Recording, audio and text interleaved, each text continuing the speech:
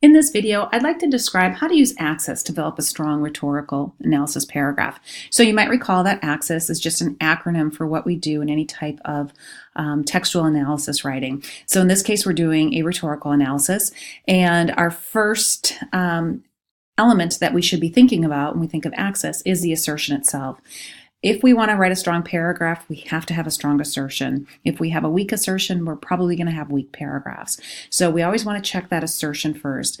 You can think of your assertion as like your topic sentence, but I want you thinking more in terms of asserting something about the text. So for rhetorical analysis, we're asserting something about whether or not the text was effective for the target audience. So this assertion is nice and strong. We have mention here of the target audience, and we have the claim that he's able to convince them. So, and I should also just mention as a side note, avoid saying target audience. That's kind of awkward language. Rather describe the target audience. So in this case, we have the language here that these people are environmentalists. So after we've checked that assertion and we know it's making a strong claim and it references something about the target audience, then it's time to compile the textual evidence. So X in the acronym of AXES stands for example. So we're going to pull out as many examples as we can from the text that helps prove that assertion. Here we have 3 examples. 3 is not the magic number. We might have 4, we might have 5. So just compile as much textual evidence as you can to help prove that claim.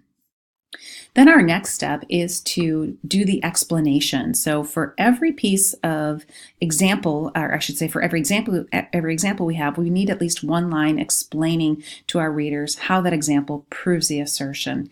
So this is the piece that most people miss. They will offer up their examples and then neglect to actually explain how that example proves the assertion. So a good thing to do when you are talking about when you're in your explanation area is to think about the key terms in the assertion and then weave those into each explanation. And what I've done on this next part of the document here is I've color-coded it. So you'll see the key terms in the assertion. The language here of the environment is in green, and you'll see that's woven here into each one of the explanations. Dislike of modern farming practices. We have, again, referenced throughout this language of modern farming into all of the explanations. And then we have beneficial alternative. And of course, that doesn't happen until the very end of the paragraph. So we want to make sure we take the time to explain how our support proves our assertion. So a couple of points here.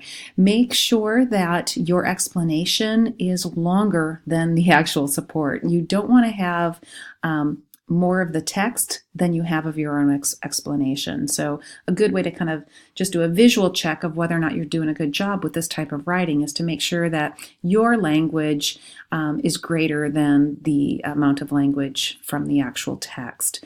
A second point I want to make is avoid saying after your quote, saying this shows that blah, blah, blah, or here the author says blah, blah, blah.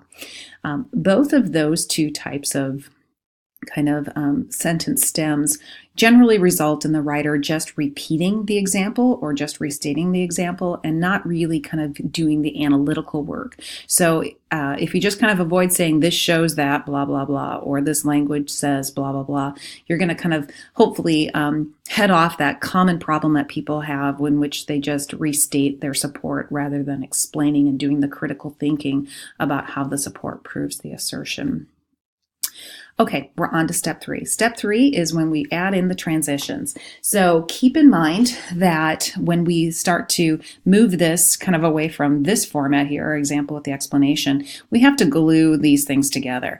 And so we want to add a transition here. After we're done with this explanation and before we get to this next example, we want to add a transition there, put some little glue in there. And again, we'll do that here. You want to kind of think about transitions as happening in lots of places in your paragraphs, not just at the beginning or at the end, but all over your paragraphs.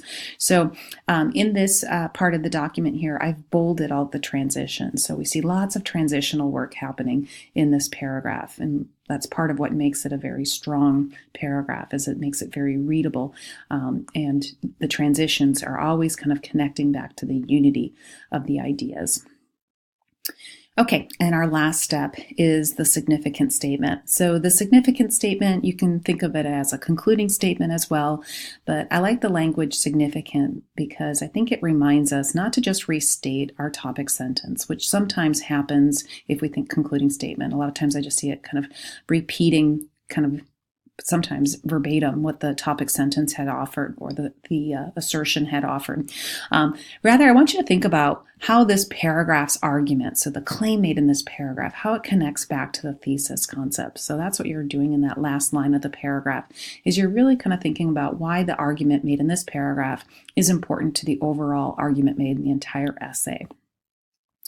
Okay, so here we have our final AXES paragraph. I'm going to read it to you, and as I'm reading it to you, I want you to think about these different elements. Where do you see the A? Where do you see the E, for example? Where do you see the explanation, the transitions, and the significant statement? So let's go ahead and take a look at this kind of final AXES paragraph. By appealing to his environmentalist audience dislike of modern farming techniques, Rao was able to convince his audience that genetically modified foods could be a beneficial alternative. Almost immediately, Rao portrays agriculture as a form of violence that intentionally makes war upon millions of plants, weeds so-called, and animals, pests so-called. The diction in his description mimics that of his distrustful audience. War, for instance, is a harsh term that makes it seem like current farming practices must be ended before any more innocent plants and animals are killed. Rao's use of parenthetical comments likewise echoes many environmentalists' belief in the value of all animal and plant life. Were it not for this strong and strategically placed language, Rao would have been unable to portray a situation in which genetically modified foods would be an acceptable alternative to the current system. Continuing from this general claim, Rao moves on to compare and contrast current forms of farming. Throughout this comparative list, Rao notes that all forms of modern farming have various environmental consequences. He spends most of his time attacking crop monocultures, understandably, since this is the environmentalist's main enemy. By directly attacking monoculture, Rao builds his credibility with his audience because he seems to care about many of the same issues that are important to them. He mentions the amount of chemical fertilizers, pesticides, and herbicides required to successfully grow these crops, and further elaborates on the environmental consequence of these chemicals on water, soil fertility, and animals. At the end of his tirade against the environmental consequences caused by all forms of agriculture, Rao concludes by claiming that it is impossible to escape the pressure agriculture puts on the planet. While the idea of genetically modified crops would have been unthinkable to his audience in the beginning of the article, by asserting that all forms of agriculture ultimately cause harm to the planet, he opens up the possibility of using genetically modified crops. Thus, in his attempt to replicate the environmentalist language and issues, Rao makes his audience more open to his viewpoint on genetically modified foods. Okay, so there we have a strong rhetorical analysis paragraph. I just like to call out a few things. So note here how we have a mention here of diction choices, so how language is being used. So there's some analysis of how language shapes the argument.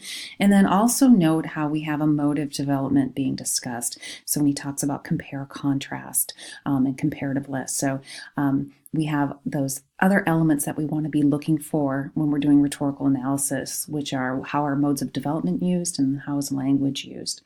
One final thing I just wanted to mention, you'll notice here we're using parentheses to indicate when this thing was originally published. Rao himself put this information in parentheses. You might have noticed that this is a square bracket down here. The square bracket indicates that the writer of this paragraph had to get into that quote to clarify something or to maybe sometimes change a grammatical error. So what we see happening here is originally the text just said the pressure puts on the planet, and that was unclear for readers. They might not know what pressure we're talking about, and so adding in here in the square brackets what that pressure is, in this case agriculture, helps clarify that. So whenever you need to get in a quote to somehow change that quote, that's when we use the square brackets. Okay, I hope this quick video kind of illustrated for you what you need to do if you're really trying to work on developing good, strong rhetorical analysis paragraphs. Please email me if you have any questions.